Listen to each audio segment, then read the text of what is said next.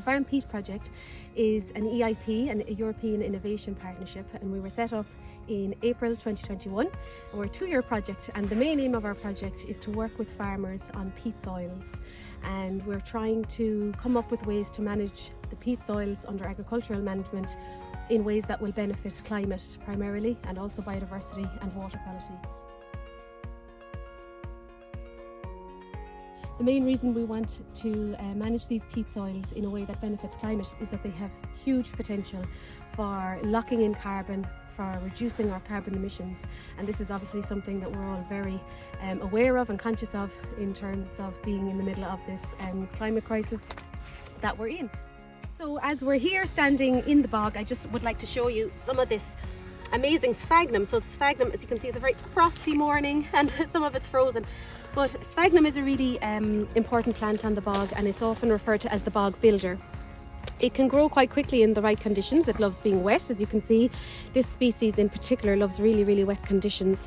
And as it grows up here, the bottom bits just start to die off and they start to form peat. And then, of course, by forming peat, that's locking in the carbon and contributing to reducing our carbon emissions. So a really, really important plant. And of course, one of the reasons it's able to form peat is because it's so wet and acidic, and you can see how wet this little bit of sphagnum is. It can hold the water in very, very effectively.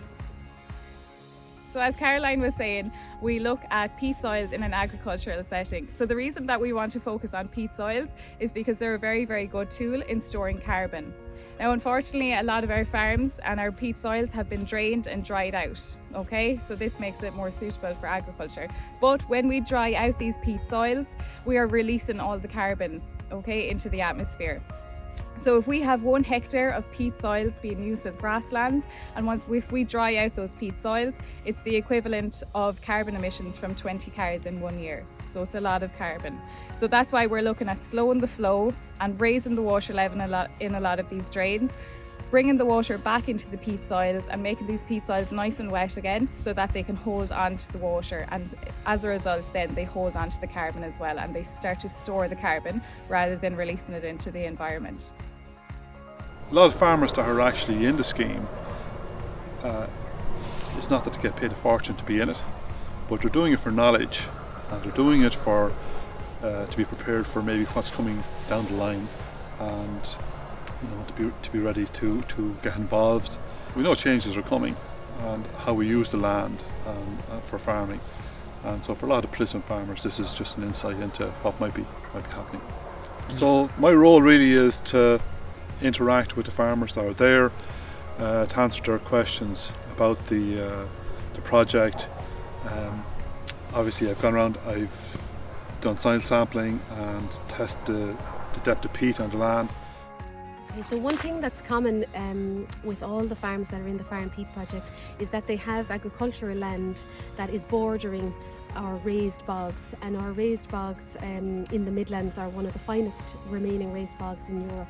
So we find one of the reasons we chose these farms that are just up against the raised bog is that we feel that if we can make any improvements to the hydrology of the peat adjacent to the raised bog, it's also going to help the actual raised bog, which is of huge importance from a conservation perspective. But equally important is the management of the grasslands on peat on these farms. At the moment we know that they are releasing carbon to the atmosphere, and we really want to try and come up with ways that we can reduce those carbon emissions on the agricultural lands on peat soils. A key component of the FarmPEAT project is an educational and community outreach program, which aims to enhance the understanding of the transition required towards sustainable use of the peatland resource for the benefit of the local communities and the environment. Every one of our farmers is part of a local community, and their involvement is integral to the success of the project as a whole. This community outreach program is known as the Love Your Wellies initiative. Our main objective as part of the initiative is to reach as many people as possible who live within the wider peat landscape and raise awareness to the importance which lies right at the doorstep. This will be delivered in a number of key ways. Firstly, by connecting with schools located close to any one of our 8 project sites, we aim to bring a free and interactive service to educate and encourage students to engage with the raised bogs. This is being done by a series of workshops, presentations and field trips guided by our team. Next, we aim to work with local community groups and act as a bridge between their love of their local area and the raised bogs that they live so close to. We intend to support the development of these local communities and what makes them unique, as well as encourage interaction with the peat landscape. Our flagship project, the Love Your Wellies Arts Competition, is unlike anything you've seen before. Every corner of every field, village and town in rural Ireland has a history and identity with a story that needs telling. This is a chance for students across the country to give voices to those gems. Students are asked to use the skills they are most familiar with to tell us their story from their perspective. This arts competition is designed primarily for students living in and around the peat landscape, but is open to everyone with a passion for nature, farming, community or history. All we ask is that students tell us their story through their eyes, using whatever means best suits them. There is much more on the horizon. We invite you to be a part of it. It's good to be involved and to maybe have some insight into what's coming down the line.